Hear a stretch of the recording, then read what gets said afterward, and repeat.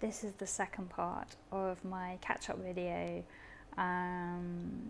So yeah, I was full of all of these different thoughts and feelings and emotions at the beginning, but then as I've had time to get used to it, as I've had time to educate myself, as I've had time to think and process things and make up my own mind as opposed to having it made up for me, my opinion has changed. And although there's still a lot of uncertainty because nobody really knows the facts yet, there are so many different theories about what's going on, that it's confusing and it's hard to relax into any one way of being when we don't know the truth for sure. It's like, is this virus really as bad as it's been made out to be or not? Is it really as deadly as we think or not? Is it natural or is it man-made? There are so many questions for which there aren't answers. Do the masks work or do they not? And there are so many different theories about this, and I think I'm putting the pieces together slowly, and I'm forming what I believe to be the truth. But this is my truth, not necessarily your truth or anyone else's truth. But I'm kind of putting together a picture of what the truth is to me, and that is enabling me to be okay, to carry on, to continue to set new goals, and to push myself in new directions, because this whole situation has pushed us, forced us to really pivot where we are and what we want and what we're doing. We've had to change our ideas about career, about community, about finances, about security, about the future, about consumerism and hopes and desires and health, and everything has changed, or everything has changed for me. It's like I've realized how much I value my mortality in a way that I didn't realize before. How strongly I want to live, to survive, and it took the virus, the pandemic, to shake me to my core and threaten my health, my life, to make me really realize that, and to make me come back fighting really fiercely. And it's also taught me how all of those things that I thought I needed, materialistically, that there was a lot that is totally and utterly unnecessary and is luxury, and I was not aware of that before in the way that I am now, and so that has been a really useful learning as well, that even though I thought I had pared down my life quite significantly, there was space for improvement, and there are things that we think we need that we actually can live without. There are things that we buy that we can make quite happily on ourselves. There are services we pay for that we can do ourselves, and so that's been quite empowering, I think. In terms of community, I have begun to look at relationships and friendships in a different way. I think that there have been situations where I have been touched and surprised and blessed by people's interactions with me during this time, and that has been really special, and I really appreciate that. I appreciate the people who have reached out, the people who have worked to strengthen our relationship and our bond, and have really made the effort to stay in touch and to talk on a regular basis, even with all of this going on, and even with all of the chaos and the drama in their own life that this situation has created. And then there are other people who haven't found the time because they've got swallowed into the drama and the chaos, and that kind of has taken over. And That's enabled me to see those relationships in a different way and to reassess them and to ask myself what they have to offer and what I am pouring into them, and to try and figure out why they've suddenly gone out of balance, and why, say, a friendship that has lasted for 5 years and been very, very close and very special, why that has suddenly disappeared due to this situation. I guess I've realized that I have some people in my life who are true friends, and who will be there no matter what's going on in their life, no matter what is going on in my life. And then there are other people who, when you're not useful to them anymore,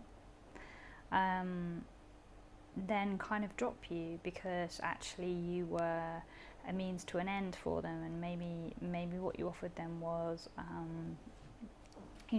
time once a week in person, talking, chatting, or doing a common hobby stroke interest thing together. Or maybe what you offered them was you paid for their time to do something for you as part of your friendship, where you were supporting what they did as a business and using them instead of somebody else for something, but thinking also that they were friends at the same time because this is what they were telling you.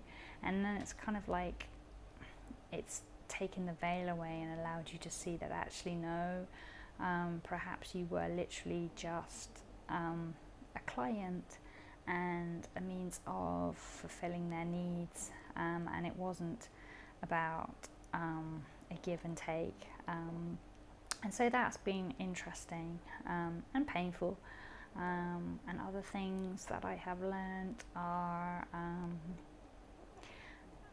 I guess I've shifted my focus in terms of work. I have changed my day, the pattern of my day, in the way that I spend it. It has become slower and more peaceful, more loving, more about self-care than it was before. There is space inside of it for me as well as for other people throughout, whereas before there was only really space in set times, more at the end of the day. So that's been very valuable.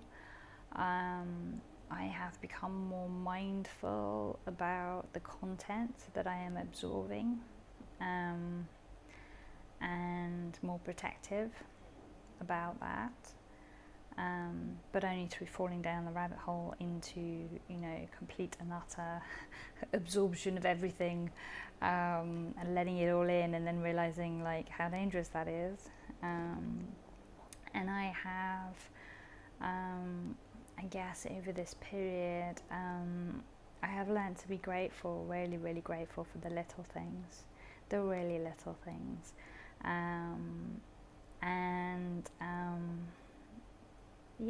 So it's kind of like helped me to be more humble, and it's helped me to be a better mother to my dear sweet dog, who is going through a very challenging time for the last year, and the quarantine kind of like situation, and her not being able to go out for a walk, and then by the time they then open up the quarantine and relax it so we can take her out for a walk, she's not interested in going for a walk anymore. And so now if we take her out and we put her on the floor to walk, she kind of acts like we're torturing her, and she's not interested at all. So that's been really difficult, the fact that she lost during the quarantine. It was like she used to love her daily walk, so when we couldn't take her out, that was difficult, because I felt like, she's struggling and she's ill and she's we don't know how long she's got left, and then she's lost her walks,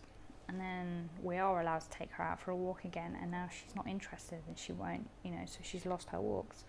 And that's really sad, and how her health has been affected by this whole thing, and also by what she's going through.